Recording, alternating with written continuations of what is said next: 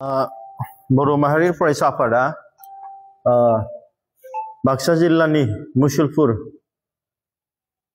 नि cultural complex बेयावहाय दिनै सेंट्रेल एग्जीक्यूटिव मीटिंखौ लानाय जादों आरो बे हाबाफारियावहाय गिदिरथार थांखि हिसाबै जोंहा दिनै जोंनि सेंट्रेल कमिटिनि मानगोनां गाहाय नेहाथारि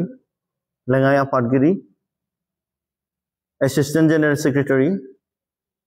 मानगोनां बुंथिगिरि स्पीकर मानगोनां education secretary cultural secretary assistant cultural secretary literary secretary organising secretary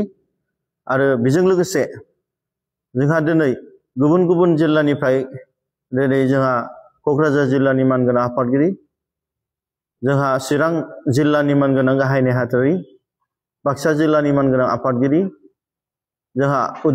Udalguri जिल्लानि मानगोनां आफादगिरि आरो गासैबो जोंनि सेंट्रेल डिस्ट्रिक्ट कमिटिनि मेम्बार्स बिथांमोनहा जोंनि नैबे हाबाफारियाव नुजाफैनो हादों आरो बे हाबाफारिनि गेजेराव गोबां जों इस्यु जों सावरायदों। गिबियावनो जोंहा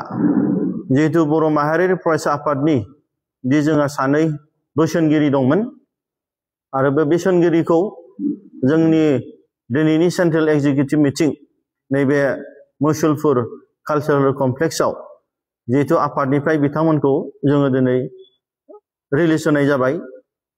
जोंनि मानगोनां मन'न्जय दैमारिजों लोगोसे जोंहा मानगोनां पबित्र बर' दा बिथांमोनखौ जोङो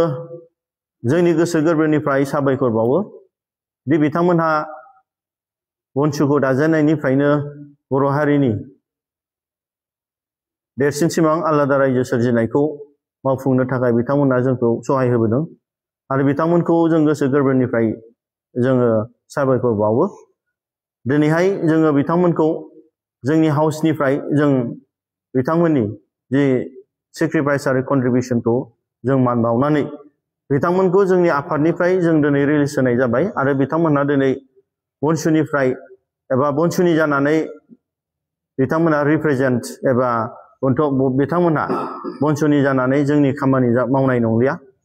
आरो थांनाय समाव बेजों लोगोसे थांनाय समावहाय जोंनि मानगोनां बोसोनगिरि सानैया बिथांमोना जितु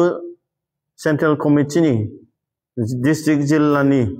जितु सेंट्रेल कमिटि बनसुनि कनसेन्ट गैयालासिनो जितु मोनसे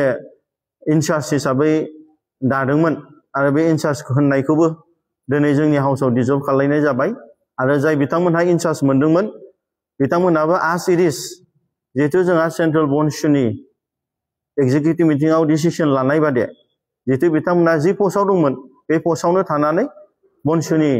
बिबानखौ मावलांथोंसै आरो बनसुनि जि टारगेट आलादा रायजो सोरजिनायाव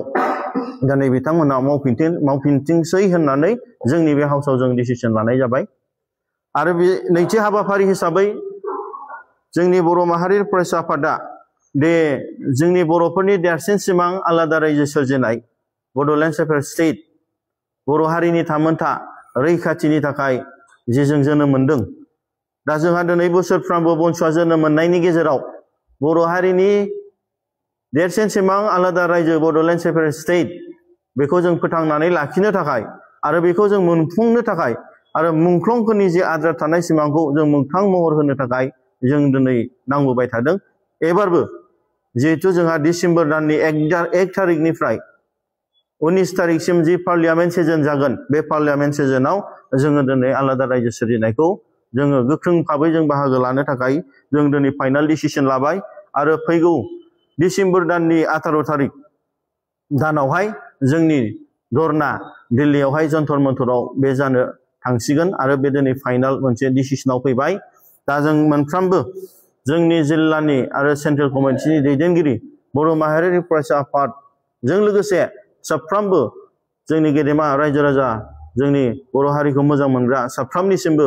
जोंनि अननाय आरो सिबिनायखौ जोंनि जि थांखि दं बे थांखिखौ जाफुंसार होनो थाखाय आशीर्बाद हरगोन होननानै आं आसा खालामनाय थाबाय।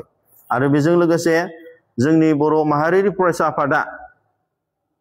फैबाय थानाय समाव जि बर' हारिनि देरसिन सिमां आलादा रायजो सेपारेट स्टेट बड'लेण्डखौ जाफुंसार होनायाव जों गोख्रों भाबै जों आवगायलांगोन आरो जोंनि जे डिमान्ड बे डिमान्डखौ एबा जों हाबसिननिफ्राय हामसिन जोंनि टारगेटखौ सहैनो थाखाय जों दिनै आवगायलांगोन